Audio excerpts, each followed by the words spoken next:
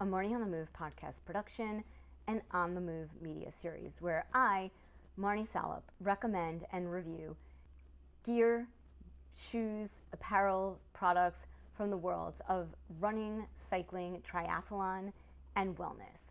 All the things I love. Today, I'm talking about the Craft Pacer. I am a recreational runner, an age group triathlete, an avid cyclist, and a wellness biohacker. You can find me racing middle of the pack. I'm definitely a heel striker, and I'm just out here doing what I love, enjoying the view. Sometimes I want a PR, but most of the time, I'm just having fun.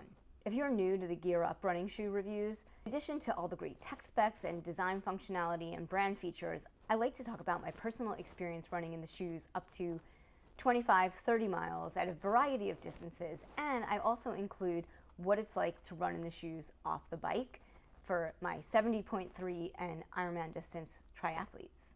Before we dive in, full disclosure, Craft sent me these shoes for review.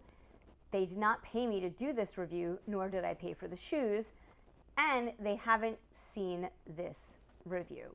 You are the first people to see it. Let's get into the Craft Pacer.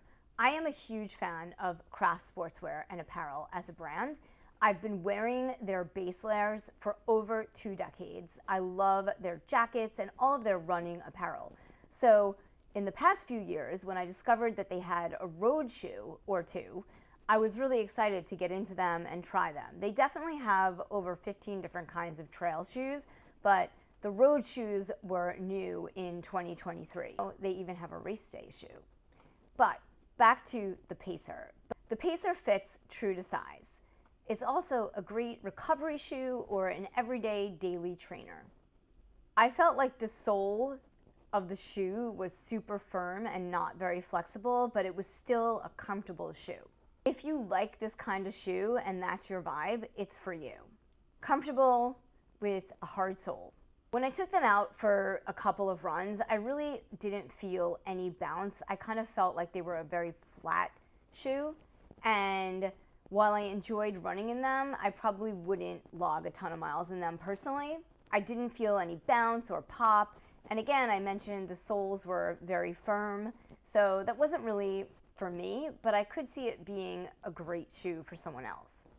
And I'm also psyched that I still have them, because as I'm getting back into running with my sprained ankle, it's great to have a firmer, more supportive running shoe as a recovery shoe or a daily trainer than some of the other higher stack, bouncier shoes that I have.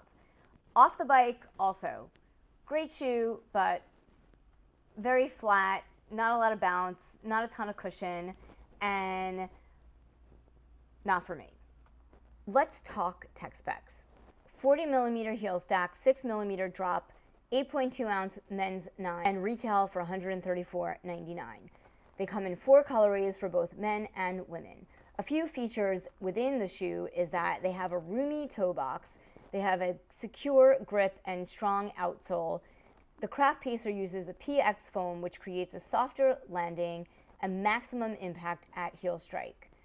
They also have a one-piece engineered mesh upper.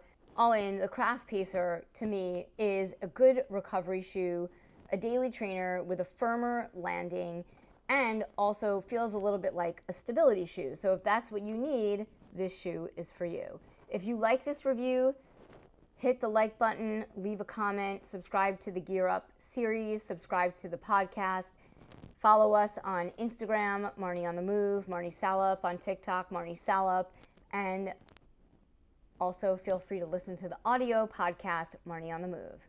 Over and out. See you next time.